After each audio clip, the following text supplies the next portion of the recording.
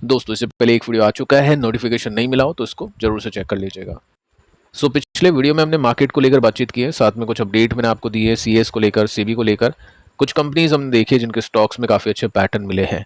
उसी को कंटिन्यू करते हैं। कुछ और कंपनीज हैं अच्छे पैटर्न के साथ में, क्या कुछ यहाँ पे हो सकता है सीखने के पर्पज से देखते हैं। देखो फर्स्ट कंपनी है बीएससी, 4% का जंप।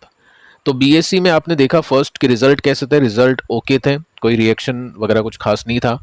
टेक्निकल पैटर्न आपको बताइए अभी कि बैरिश है काफ़ी डे चार्ट के ऊपर, वीकली चार्ट के ऊपर, लेकिन स्टॉक में आज तेजी बनी। क्या रीज़न उसके पीछे का, बट उससे पहले मैं आपको ये बताना चाहूँगा कि डेरिवेटिव्स जिससे इसकी अच्छी खासी कमाई होती है, उसका जो टर्नओवर है यानी एफएनओ का जो टर्नओवर हम बोल सकते हैं वो ड्रॉप कर चुका है significantly for FI, prop and retail.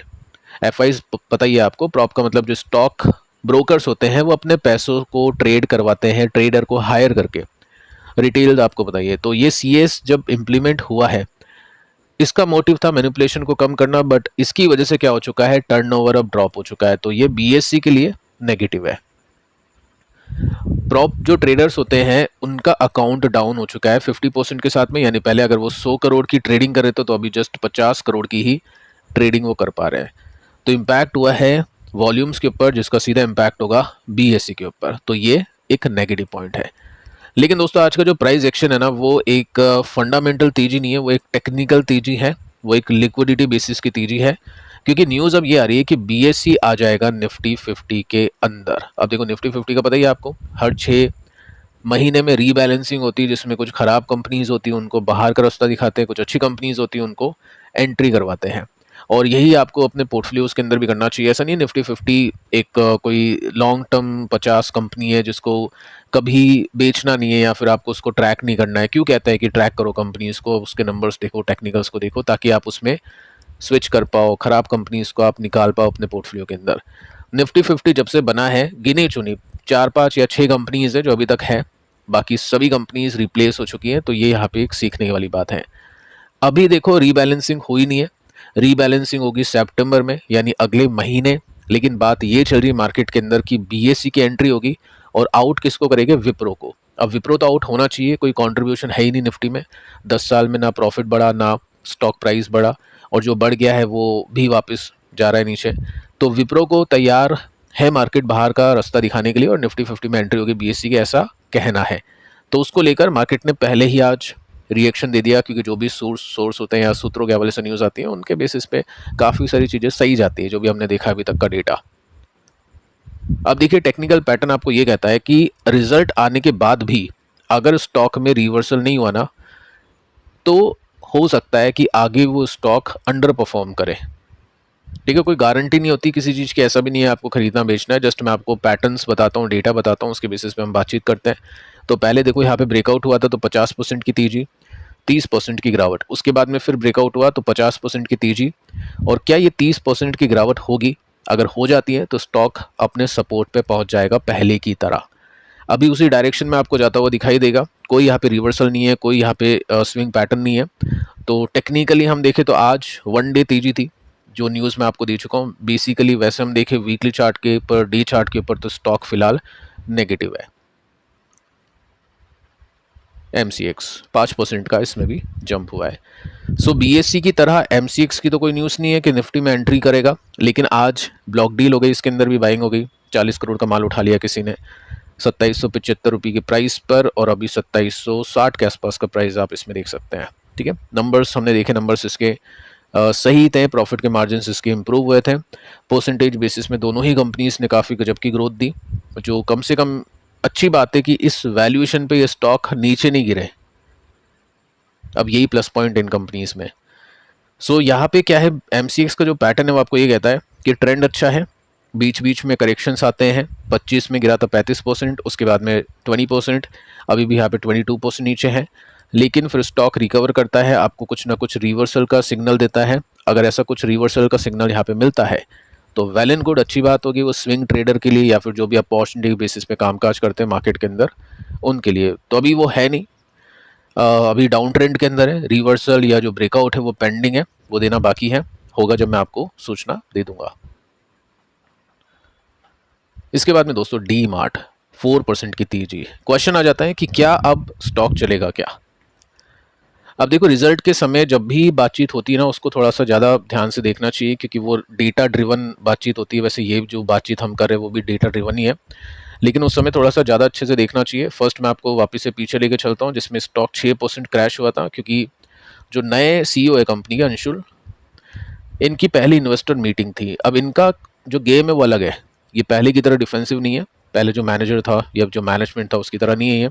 ये अग्रेसिवली काम करना चाहते हैं, ये कर्जा लेना चाहते हैं, ये डिबेंचर इशू करना चाहते हैं, और ये स्टोर एक्सपेंशन को बढ़ाना चाहते हैं। अब इसके बेसिस में क्या होगा, मार्जिन्स के ऊपर इम्पैक्ट होगा, मार्जिन्स हल्के हो सकते हैं। अब मार्केट को थोड़ा सा टाइम लगेगा देखने के लिए। फिलहाल मार्केट ने डेटा तो देख लिया, रिजल्ट Q1 अच्छा तो नहीं था, ठीक है, कोई रिवर्सल नहीं था, नेगेटिवली हमने इसको देखा, और सपोर्ट इसका यहाँ से भी 7% नीचे है, डायरेक्शन भी आप देखोगे तो नेगेटिव है।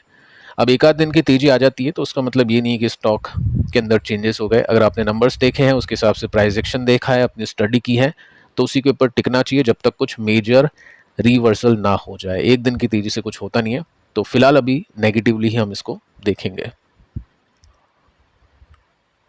इसके बाद में दोस्तों टाइटन 3% की तेजी बन गई है, और ये जो तेजी है अब ये टिकेगी नहीं टिकेगी उसको देखना पड़ेगा, क्योंकि 52 वीक के हाई पर है। क्या अपडेट है फर्स्ट देखो, मैं आपको बता देता हूँ इसके रिजल्ट कैसे गए थे। रिजल्ट हमने देखे शुक्रवार को शाम को 4 बजे, यानी आज इसका रिएक्शन देखा हमने, जो पॉजिटिव था, बहुत अच्छी बात है। सेल्स इसकी थोड़ी सी कम थी, लेकिन मार्जिन्स बढ़ने की वजह से नेट प्रॉफिट अच्छा आया, एबिटा अच्छा आया, ऑपरेटिंग प्रॉफिट अच्छा आया, 11% का मार्जिन था 14 हो गया। एस्टिमेट थी कम होने की 10 की, लेकिन ये तो बढ़ गया, तो मार्केट को बहुत पसंद आए इसके नंबर्स।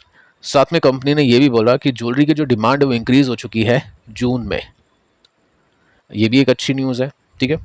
इसके बाद में हमने ये देखा कि पैटर्न ऐसा था कि यहाँ से ब्रेकआउट करने के बाद में स्टॉक 40% के आसपास चला, उसके बाद में गिरावट आती है, फिर यहाँ से ब्रेकआउट करने के बाद में स्टॉक 37% समथिंग को चल गया है।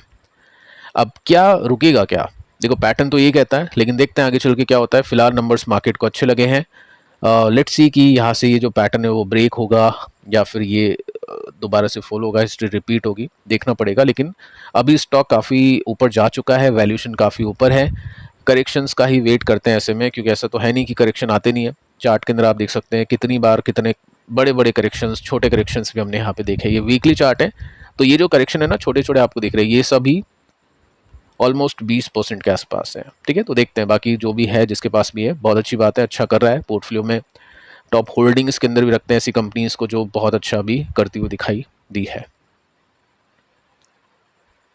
इसके बाद में देखिए एलटीएम पे आते हैं, 3% का उछाल इसमें।